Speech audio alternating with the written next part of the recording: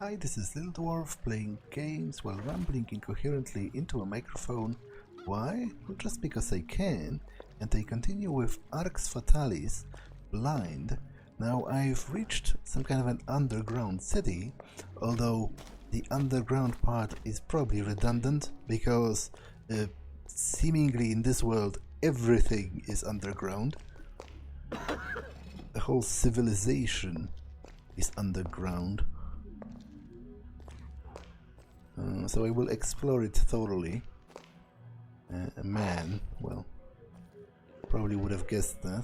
You'd better watch your step, mate. Did you know you can steal from people? You need to have at least 50 in stealth to do this. Simply bump into somebody that you can see the person's inventory icon in the bottom left. Then left click the icon and have a look at what you'd like to steal. Beware though, don't get caught in the act.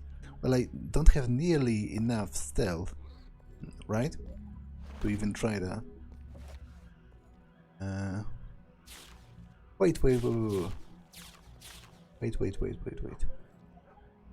I have another page. Wait.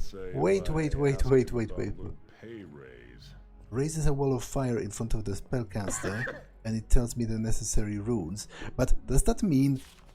Okay, so there was...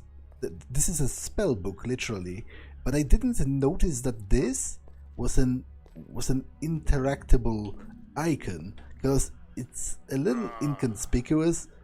To me, at least, it seems like a random symbol, and it's not very bright in color, like it's not very distinct, so I thought it was just part of a page.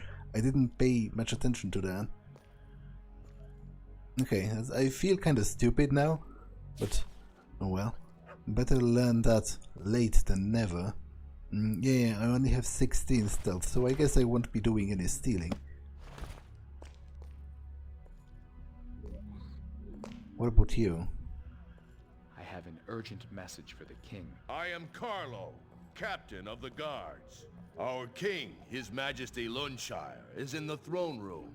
Go into the castle, through the double door of the room with columns in. The king should be there. Go to the throne room. That's where you'll find the king. Okay. You'd better watch your step, mate.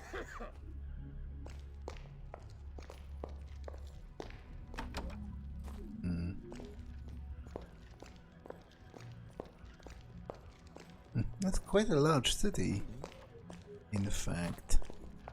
I will check the other part, because it seemed at first glance to be smaller. So I entered here.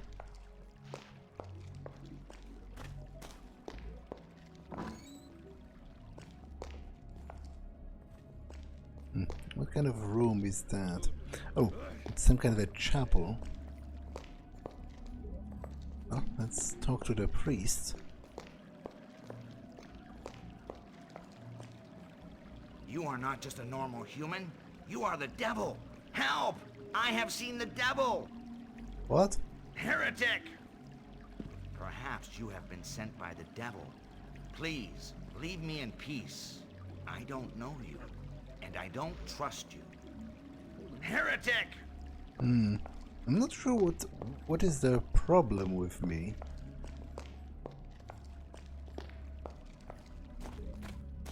Oh well.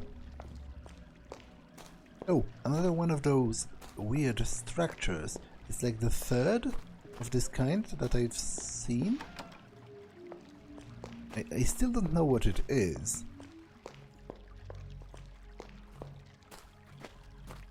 Don't hurt yourself, Shaney. No problem, Captain. Hello, strange man. I'm Shaney. Have you come to take me back? Ma and the guards are always telling me to stay out of here because things from the deeper levels can get in through the crypt. But I like playing with the stone heroes. Tell me about the crypt, Shaney. Well, don't tell anyone. But one day, when the door wasn't shut properly, I went all the way down 4 levels. It was really scary. Okay, I have to go now. See you later.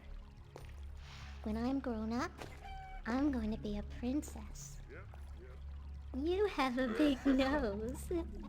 Yoo-hoo! I'm Shigar. What is that? Seems to be pretty common of a structure, but I still don't know what purpose it serves. Welcome, stranger. I am Tefiak, the jeweler. I fear I must apologize for my meager stock, but the troll's strike has cut off my supply completely. Is there no other place you can get your gems? No. The goblins are the only suppliers. But if you can find uncut gems for me, I'll make it worth your while. Those trolls will be the death of me if this strike continues much longer. Demand is high. The Travelers Guild is offering attractive sums, and I don't have any gems. Blasted strike. This troll strike is driving me crazy. If only someone could get me some gems. Well, I do have one. Thank you very much, my good sir. I can offer you a handsome price for those gems. I would like to mine the rest, but I don't know how. Presumably, I would say, I would guess I need like a pickaxe or something. What do you sell? Get some new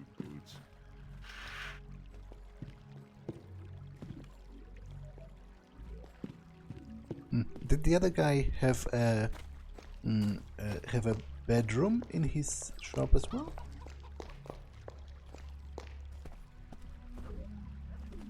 Apparently not.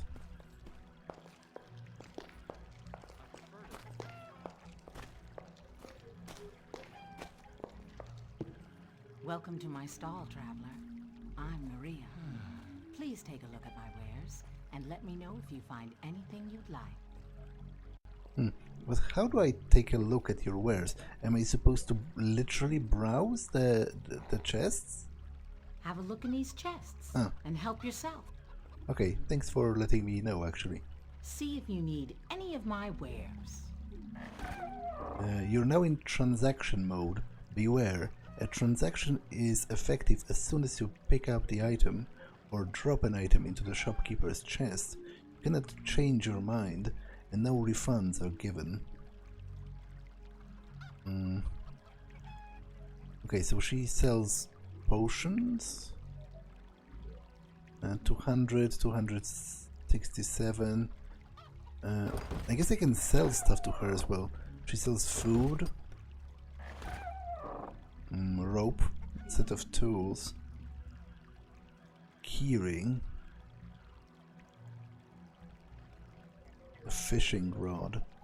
Okay, I think I will buy the keyring because if I understand it correctly, it's going to consume all of the keys in my inventory in the future and condense them into just one spot, you know, one slot in the inventory, which seems like a lot of saved space in the long run. And I think I will buy the fishing rod as well. But first, I guess I can sell her something, maybe? Morning Glory flower. It's quite expensive, but... Oh, she won't buy that. Interesting. Why not?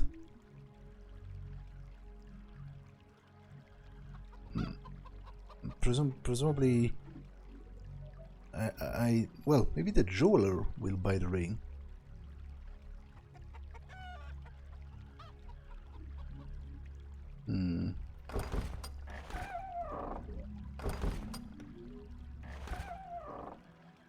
Okay, a pickaxe. Great. I do want that.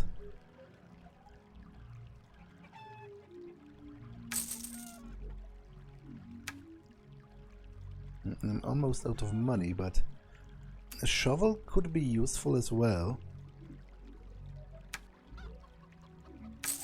For treasure hunting, basically.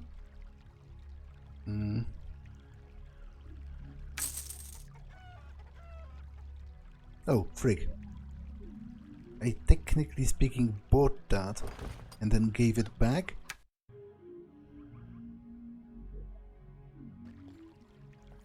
is a bit bullshit, but what do I know? Let's see if the guy over here can actually buy the ring.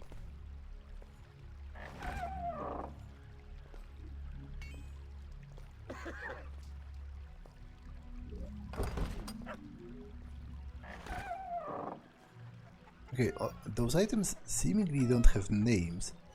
A ruby, an emerald, a diamond. Okay, they do. They were just obscured by the ruby, emerald, a diamond. Okay, he will buy it. So I will sell it because I have a regeneration ring already.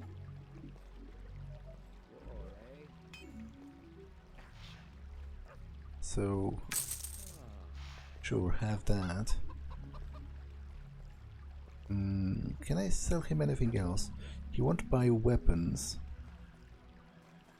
And to be honest, I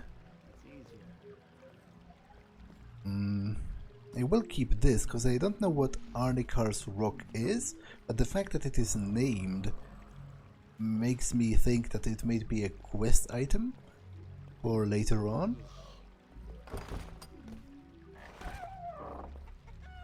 Okay, gemstones and various rings. Okay.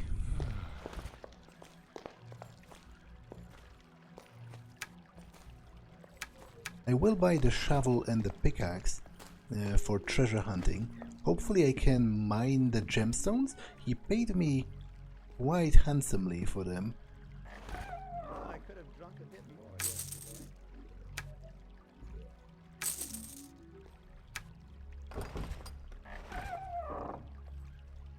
Okay, how much gold do I have left? 100 pieces. So there was something else I wanted to buy. A fishing rod and this. Is it 106 or it's very small? But I think it must be 106 because I can afford it.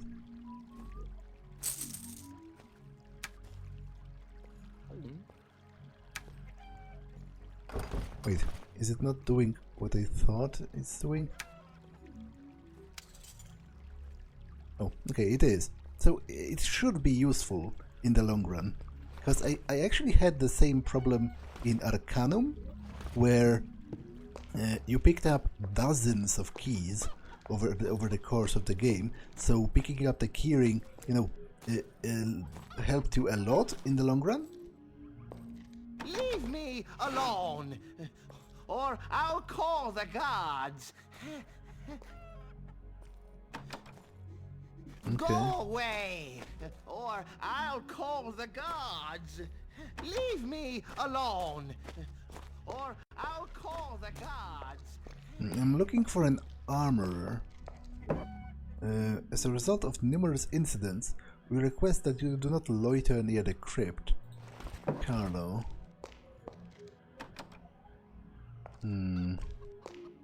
Maybe I'll be able to gain access later on. Wait, what does it say? Oh, it's in Greek. Interesting.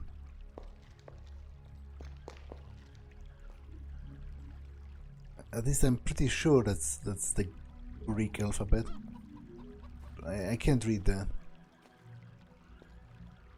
Like I barely recognize Alpha and what's his name? How is it called again? Epsilon?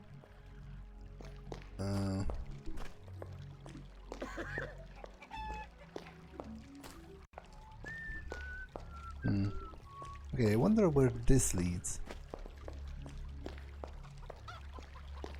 There's also like a sewer of sorts underneath.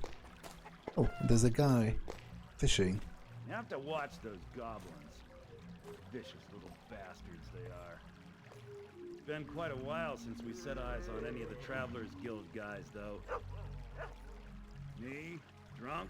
I don't know what you're talking about. My brother-in-law says that outside it's sunny, but if you're up there, you're all kept prisoner. Me? Drunk? I don't know what you're talking about.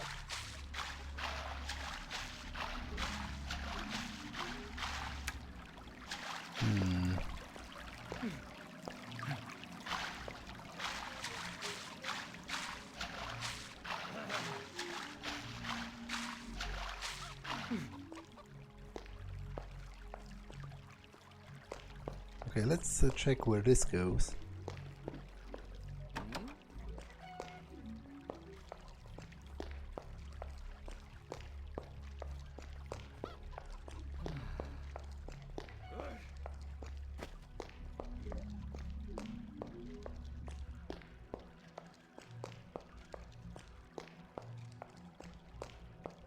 Ah, I'll never be able to move all this myself. it's the rubble that blocks. So this is the other side of the map with the castle, with this little stronghold that was destroyed, and they sent me into this very city to warn the king.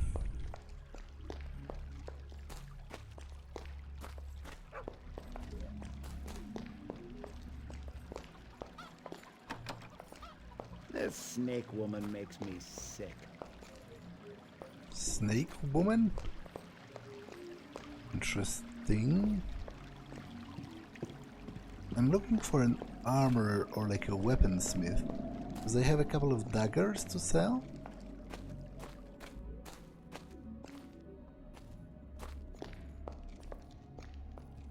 Okay, this is the temple.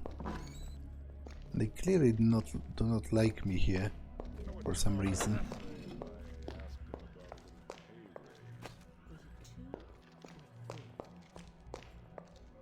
Okay, and this is clearly the king's castle, just judging by the looks of it. You don't know me? I'm Alicia, and Gary the banker is my fiancé. One day soon we will be wed, and then I shall be wealthy and powerful, as well as beautiful. I see. Do you not work with him? Work?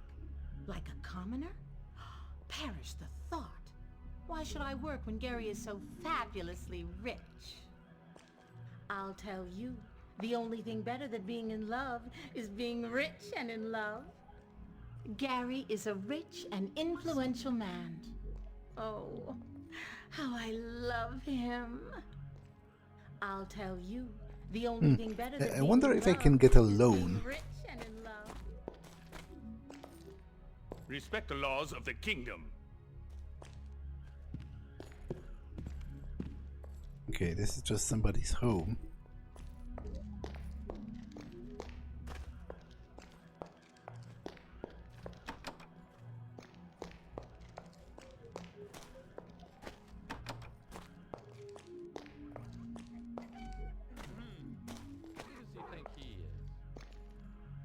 There's a random pig in the middle of the square.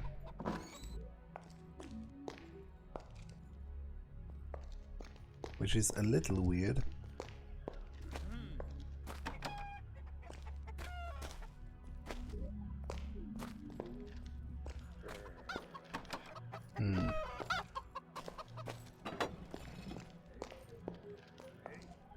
Hey, mate. Okay, what kind of... Welcome, welcome. My name is Gary, and this is my bank.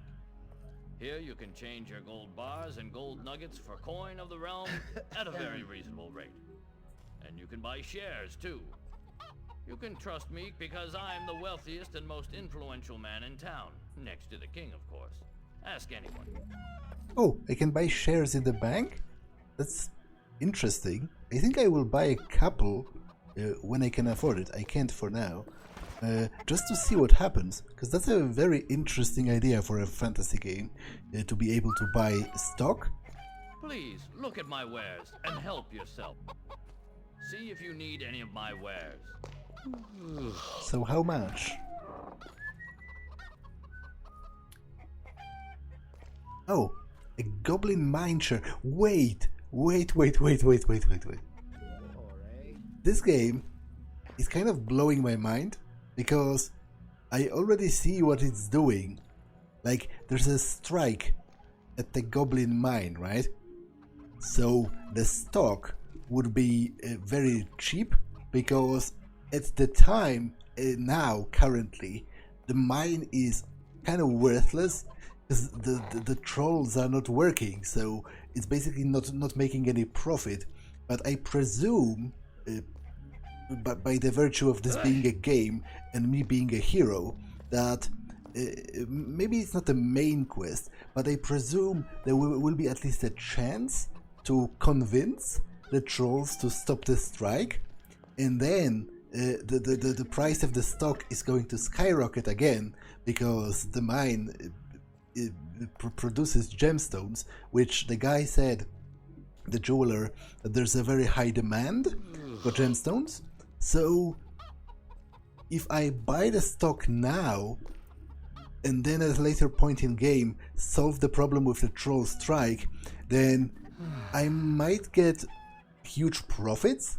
And I love the very concept of it. Like, that's immensely cool for a game to even program it in a way that allows something like that to be done. Like, obviously I don't, like, there is a slight possibility it might not work like that, but come on, it seems pretty well telegraphed what with the strike going on and the jeweler telling me that there's a very high demand for jewels. It seems like too perfect of a setup to then do nothing with. So I will definitely buy the shares when I can afford them. And these are gold bars, okay.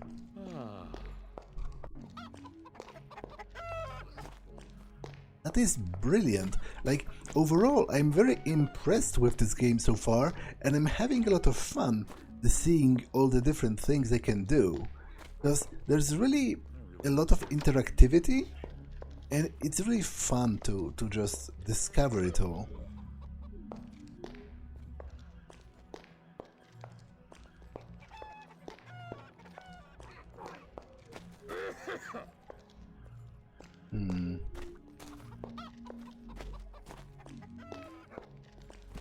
Not quite sure what this pig is doing here, but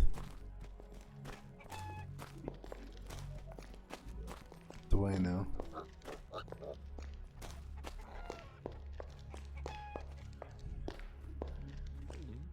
Okay, I already got kind of lost again.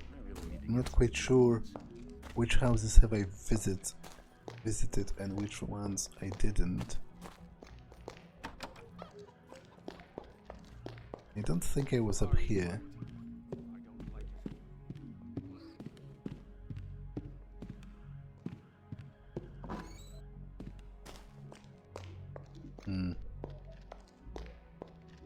Okay, just a random house.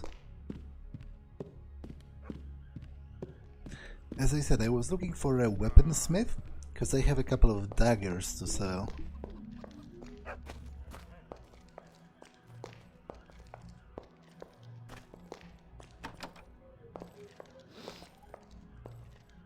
It's the captain of the guard.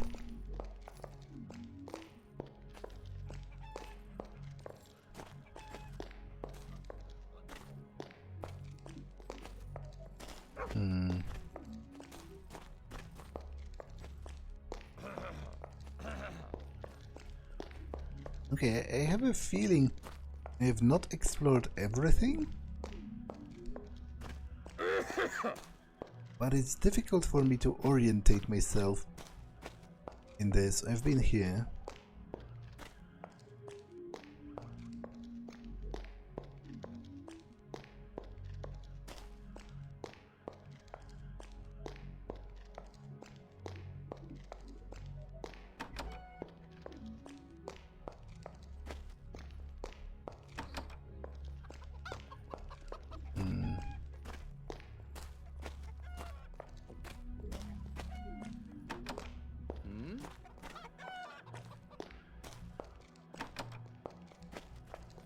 Okay, this is the bank.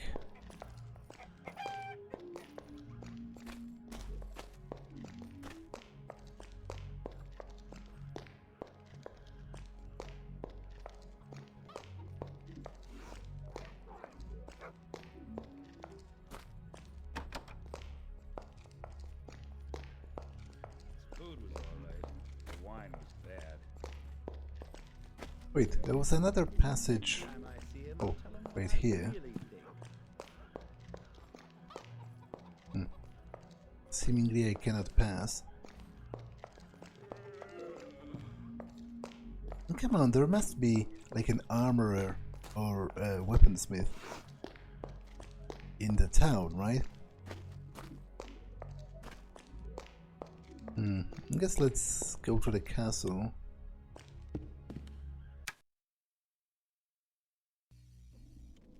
Maybe the armor is actually at the castle. Maybe it's like a royal armor. We are the protectors of the Kingdom of Arx. Beware. We're watching you.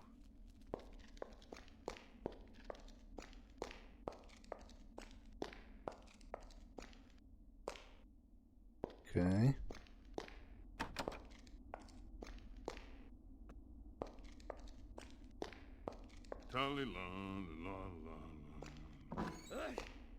Respect the laws of the kingdom.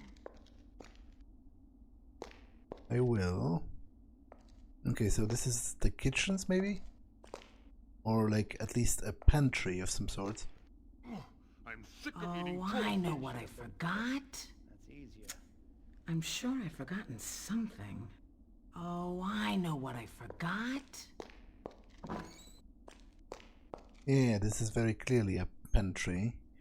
Cooking for Goblins by Duri Palua.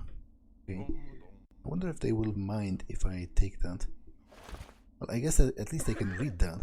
Recipe for jambles. Mix the sugar and flour.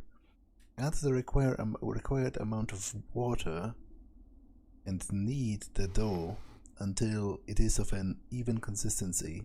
When this has been done, put it in the oven, taking care not to burn it. Once it is cooked, take a chicken's egg and mix the white and the yolk, and spread the mixture on your cake and put it back in the oven for a minute or so. Okay, so apparently it's something that goblins like. I wonder if I can take that, because I won't remember that. Like, let's be honest. And maybe at some point I need to cook something for a goblin. At this point, I wouldn't be surprised if the game presented me with an opportunity like that. So, what can I drop?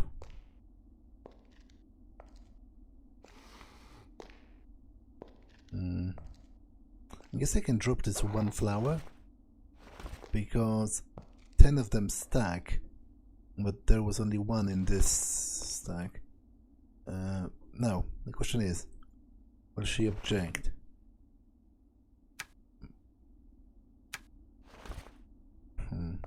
Aha.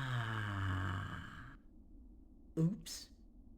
Aha.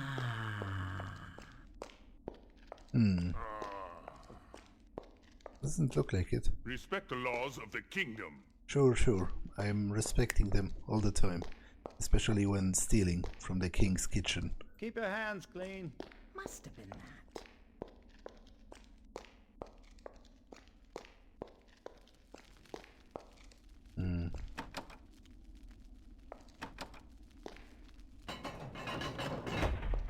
Okay, so those are the dungeons, probably. Trapdoor. Locked.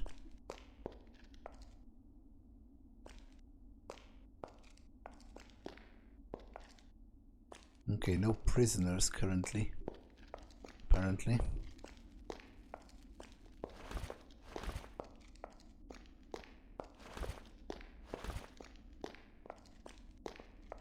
Actually, is there maybe an option?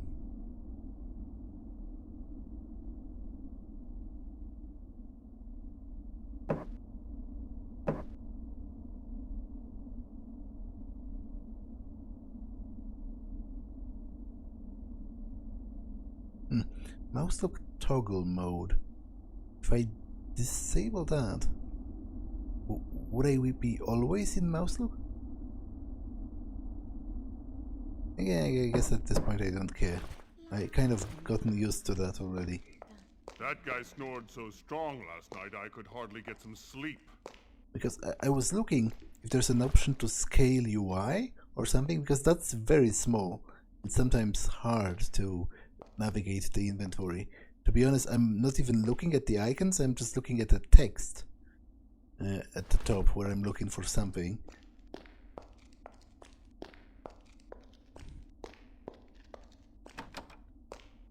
I could have drunk a bit.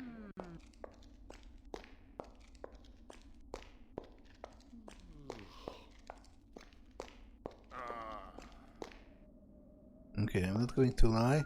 This looks kind of like a hidden passage. Yep.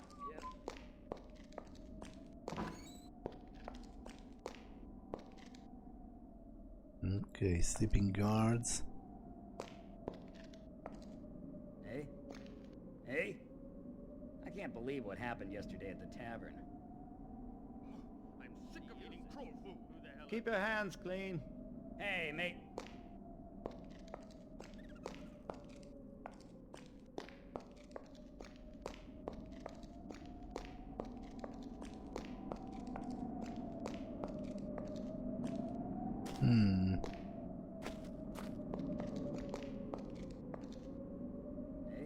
Scroll of healing, you say? I can't believe what happened yesterday at the tavern. Okay, I think I will steal that. But I don't have space left. Guess I can leave that for now.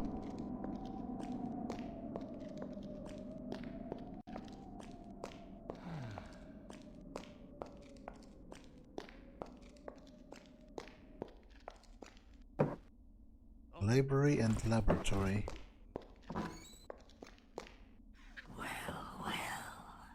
a new face. No doubt the king sent you to me for advice.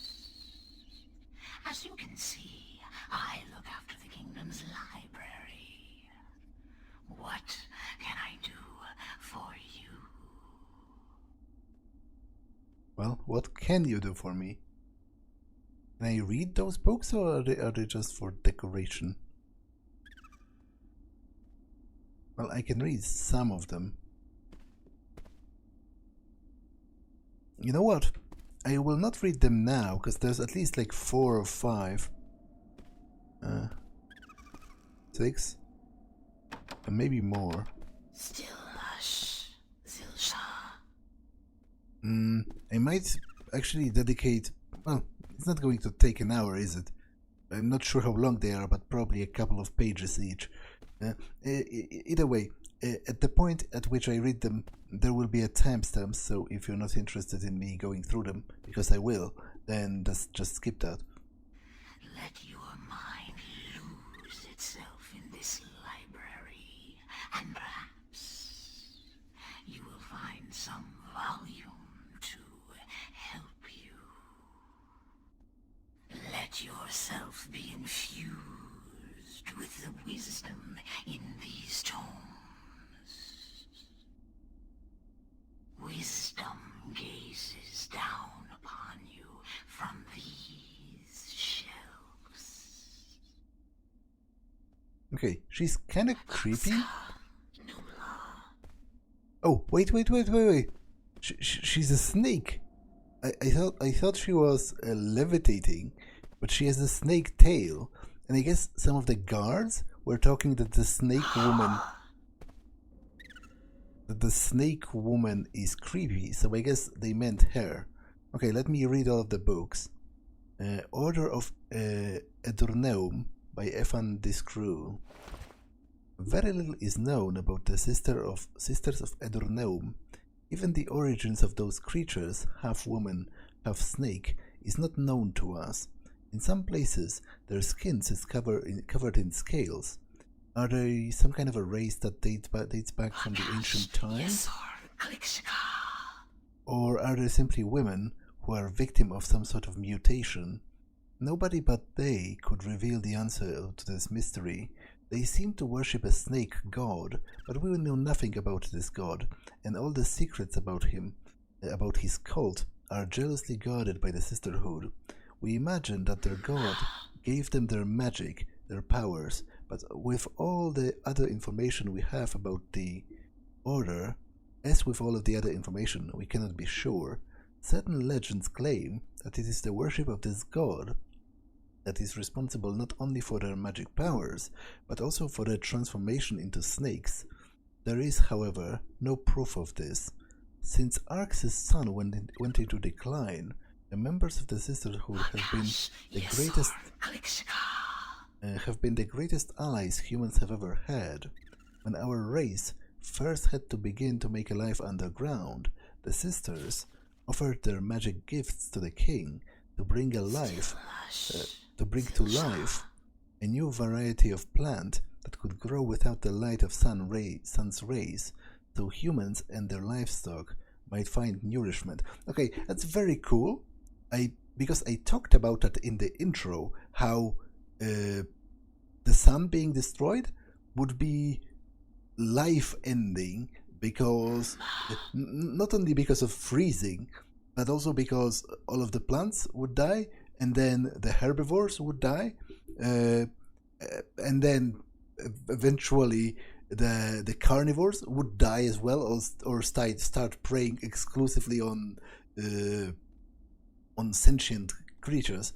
So it's nice that the game directly addresses that point, that they through magic they actually developed, they created plants that do not need sunlight. The population of Arx has a great deal of respect for the Sisters of the Order of Ederneum, and will be eternally grateful for them for what they have done. Okay. Guild of Travelers by the sage Dormal. The Guild of Travelers was the first institution created after the death of Arx's son. Its origins stem from a handful of diehard survivors who did not want to join the rest of the population underground.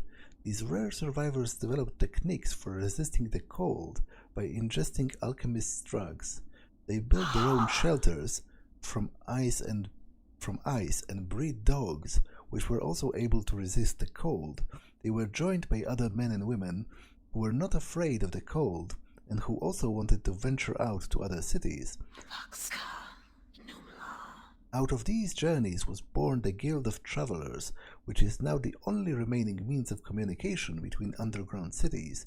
They are always well respected and eagerly welcomed, for they are the only people able to bring news from outside. The Ancient Gods by Abdul Al-Raif. In the beginning, the gods were omnipotent. They reigned over Arx for eons before humans made their first appearance. We know very little about the gods, apart from the fact that it seemed they were full of wrath. They were full of wrath at the proliferation of humans and disappeared from the surface of the earth. Some very ancient writings suggest that this disappearance was caused by the lack of faith the first mortals showed in them. Two gods stayed longer than all of the others before disappearing. Their names were Zorak and Karos. Zorak was the most powerful of all of the gods. He was thunder, lightning, and earthquakes. He was storms, hurricanes, and everything that presented the brutal force of nature. But his power was only liberated by Karos. And Krahos was the goddess of equity, guardian of the equilibrium and equality. They both needed each other, which could be why they stayed longer than the other gods, but finally they disappeared like the rest. Modern times show ancient beliefs abandoned, and humans who could create magic themselves had their turn at controlling the earth and the lightning. Humans entered into a new conceptual era where they had more belief in their own capabilities and only turned to the gods for marginal things such as fertility or hedonism. They revered the gods of negotiation, gold and luck, and even the gods of the poor, but these first gods, the gods of the brutal forces of creation, had no place in their pantheon. Since the start of the new era, this shift of faith, the most powerful gods have retreated to their own dimension. called the Nodden, where they await new worshippers to enable them to return. Okay. Kings of Arx by Grionic Wormhill.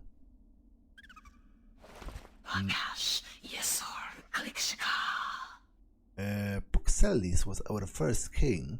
He was the first to bring us together the five human tribes living on our continent in the year 170. These tribes had been constantly in conflict with each other since the beginning, but not one of them was powerful enough to establish supremacy over the others.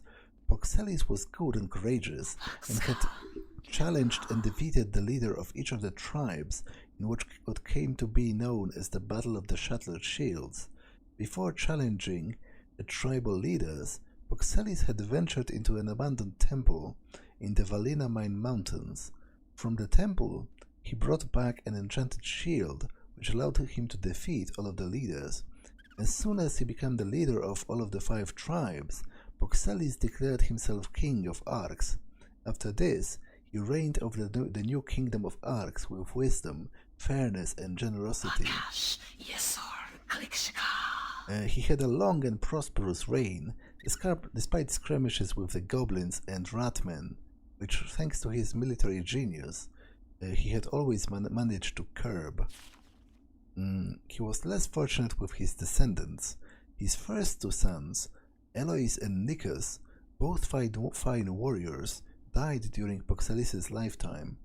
Luckily, at the time of his death in 212, his youngest son, Lunshire, was left to succeed him, but he was still too young. Lord Ponset acted as regent until the boy's coming of age, but he plotted to stop Lunshire from taking the throne. He was never very popular with his little scheme, and it failed, as Lunshire took the throne in 215, at the age of 16. King Lunshire faced a difficult task from the start, as the sun began its decline over our world. He was the instigator of the migration of the population underground. He did everything within his power to save as many people as the dwarf mines could take. He had the diplomatic intelligence to sign the treaty with all of the other races of Arx, without which the move would have taken much longer, and might even have been halted by the Ice Age, which was fast approaching. King Lunshire honored the memory of his father by transporting his coffin to a new crypt, built on the foundation of the miner's tomb, so that the people would never lose respect or forget this great king. I wonder, so is the crypt in here? The crypt of King Poxelis? Well, I guess I will learn that eventually. History of Arx by Mayo Cosmadian. In ancient times, 5 human tribes inhabited the largest continent in our world. These tribes were always at war, and the more structured they became, the worse it got.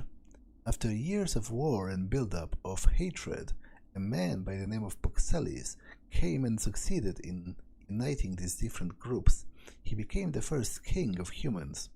After the lost Battle of Shattered Shields in the year 170, Arx enjoyed the largest ever period of peace and prosperity. During Poxelis' realm, the only period of war was in fact the philosophical wars of the conflict we now call the War of the Magi. However, even though this war was brutal and many people died in it, in fact it only lasted a few months. It had no effect on the political leadership of our kingdom. For the rest of his reign, Poxelis was faced by a number of threats. A large number of goblin invasions were warded off, and the ratmen began to live in the city's sewers. Battles were bloody, and this unjust war lasted a long time. The kingdom's armies, led by Poxelis himself, massacred the enemies, and once more peace reigned over Arx. The exploration of the oceans began.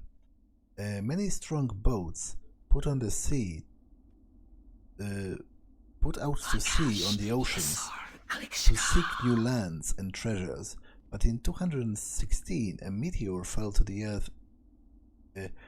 Earth in our world. At first, nobody thought anything of this phenomenon, but certain visionaries sensed that it was a very bad omen for Arx's future. In fact, just years later, our sun began to die. The light became rarer and rarer, and the temperature plummeted to dangerous level.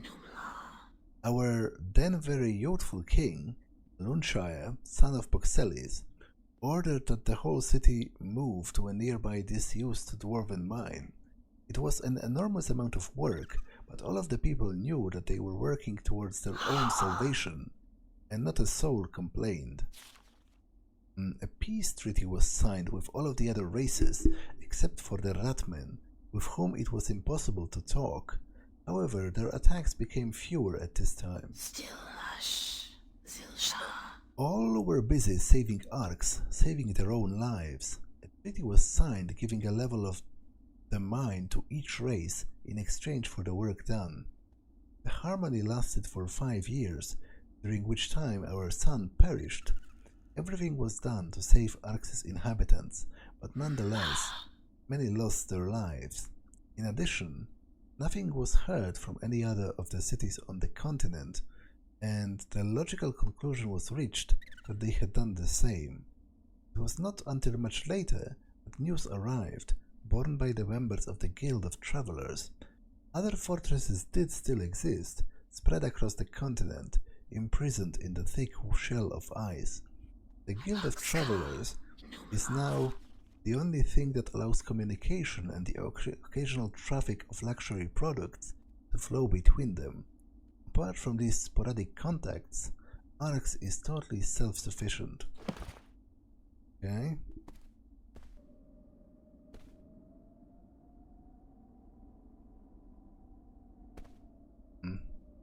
The Races of Arx by Sebari Nin. Relations between the different races of Arx have always been difficult. The goblins were the most populous of all of the races, due in part to their high fertility rates. However, as they were never able to organize themselves into a unified kingdom, they gradually lost their predominant position. Fundamentally, goblins are not very intelligent. They have their own language, and mostly speak a kind of pidgin version of the human language. They are always looking for something to find fault with, constantly annoying the person they are talking to. They are liars, arrogant and cowardly, and are extremely lazy. The only times the goblins were the allies of humans was during the time of the Great Treaty. During this time, they helped to build the underground kingdom, putting their natural aggression and bad manners aside for a while. However, after the work was complete and they had settled in, they slipped back to their old ways. It seems that trading gemstones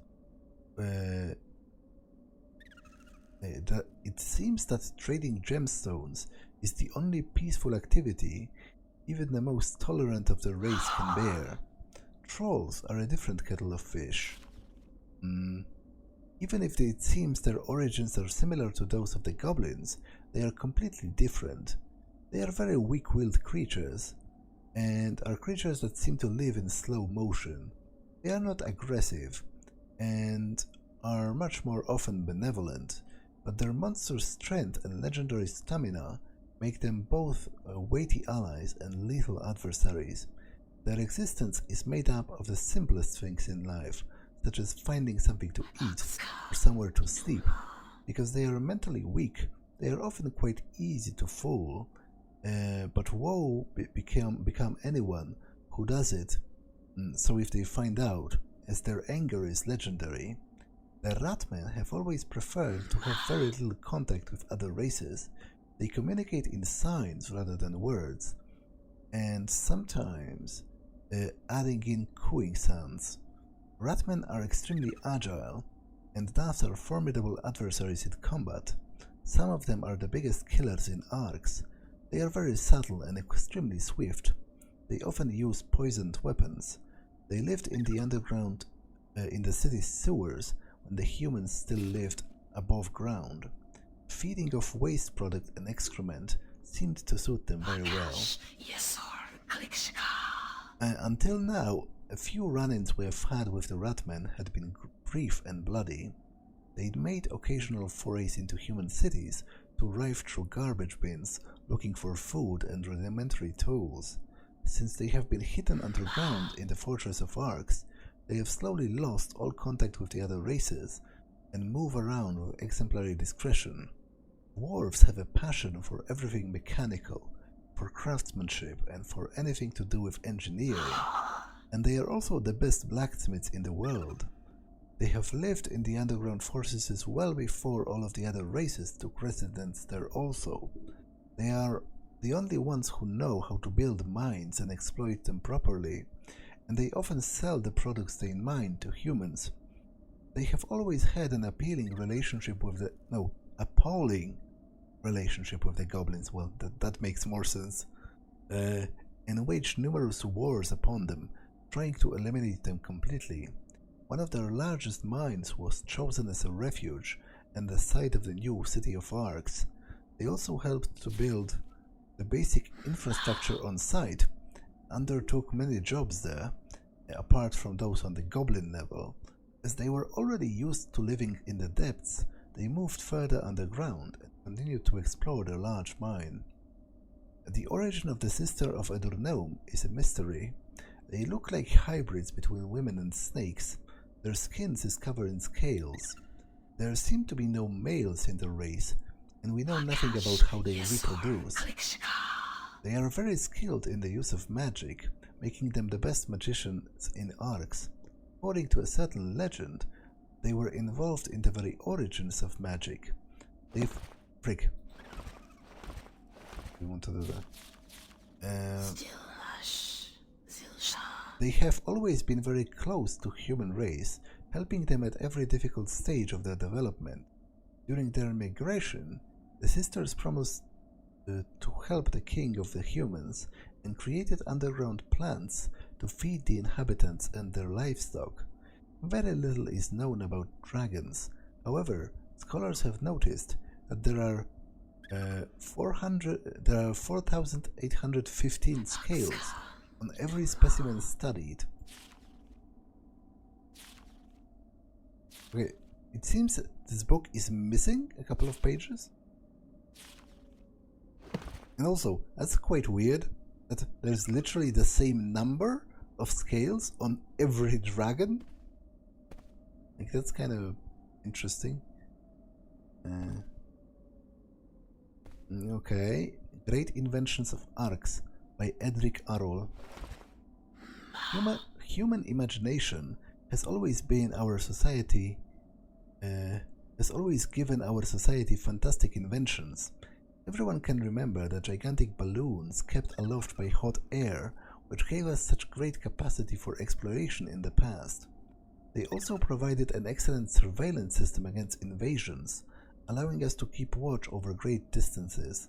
Another one of the most fabulous inventions ever conceived was the submarine.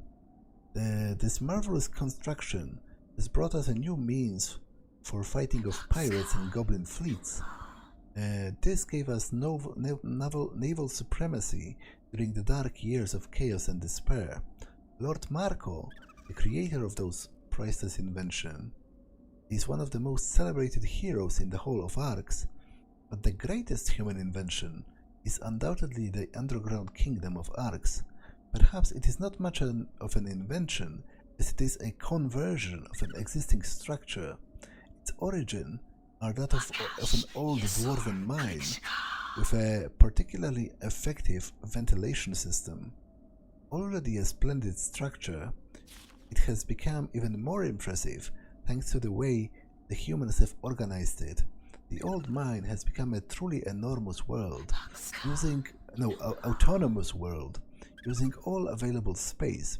Each known race was granted a level in accordance with the treaty signed in the year 217. The kingdom is a living demonstration, of what human determination can achieve.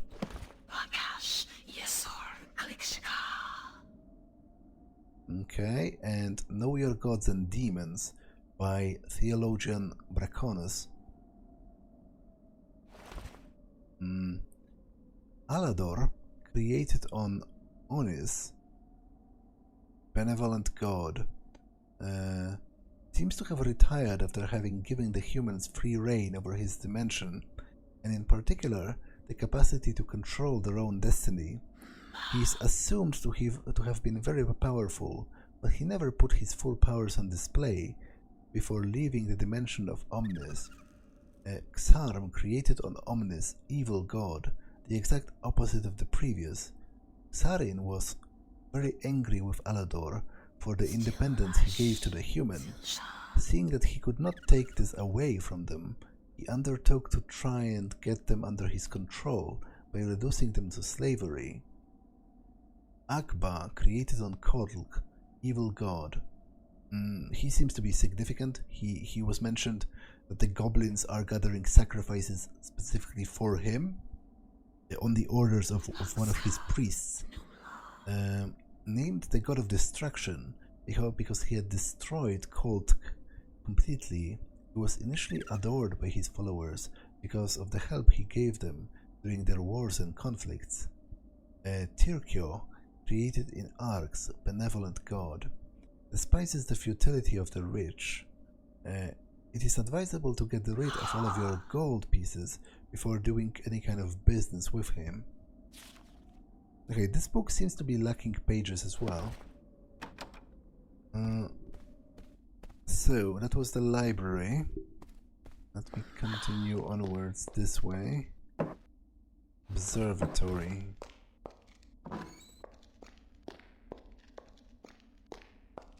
I still have not found an armor or anything like that.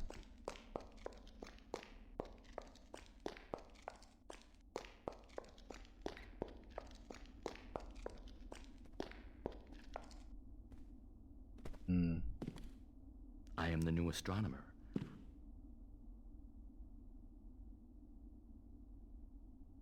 It seems part of his voice line didn't play. What did the stars tell you? The current astral configuration is fascinating. What did the stars tell you? If you would excuse me, I really do have many calculations to check and lots of horoscopes to prepare. What did the stars tell you? My job demands high levels of concentration, you know. What did the stars tell you? If you would excuse me, I really do have many calculations to check and lots of horoscopes to prepare. Can I look at the stars myself?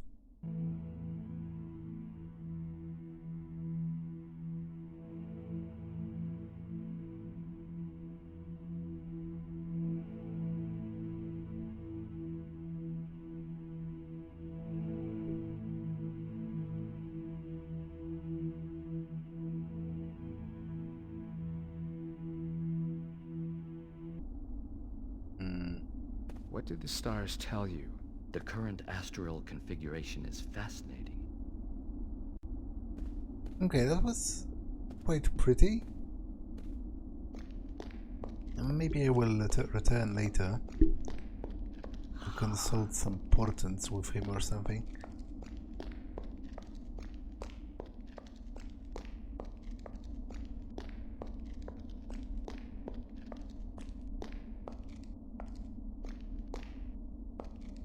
Still have not found a blacksmith or anything like that.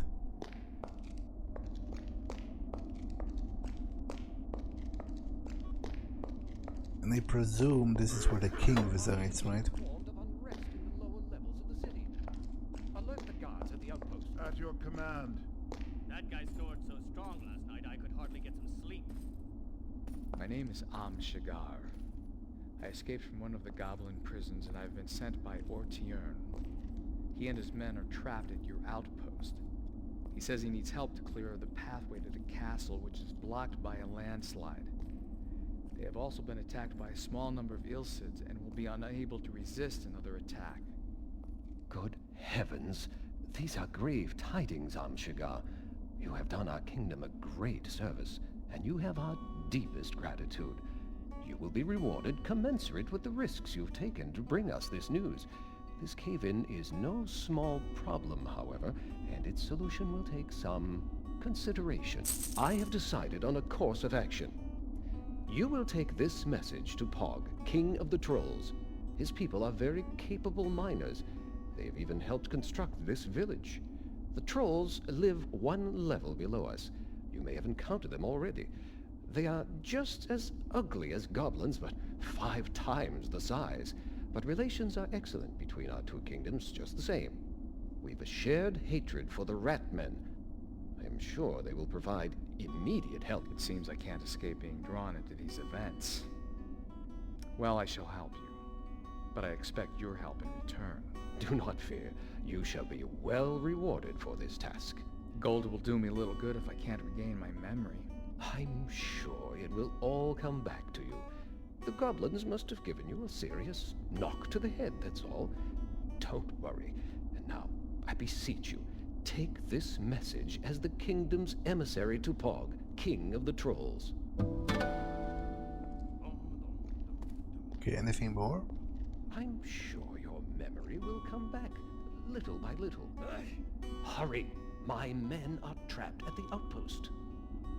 Well, I can see no reason for you to hang around here any longer. Hurry! My men are trapped at the outpost. Okay, how about you, Bard?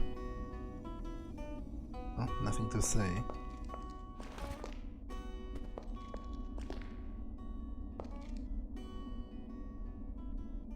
Piece of paper with writing on it. Okay, I read that.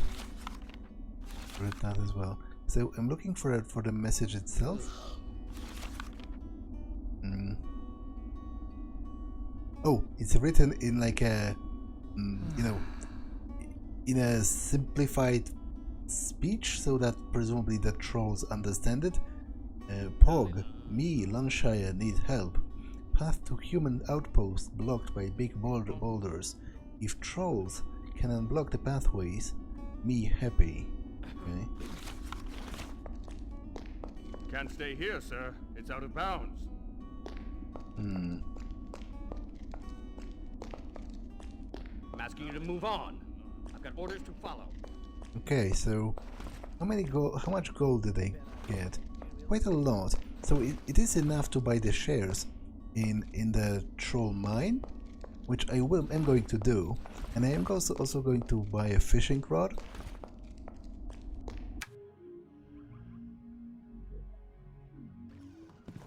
It seems like a cool utility item. Okay, so I will buy all of those things and continue onwards next time, because I feel like this episode has been long enough.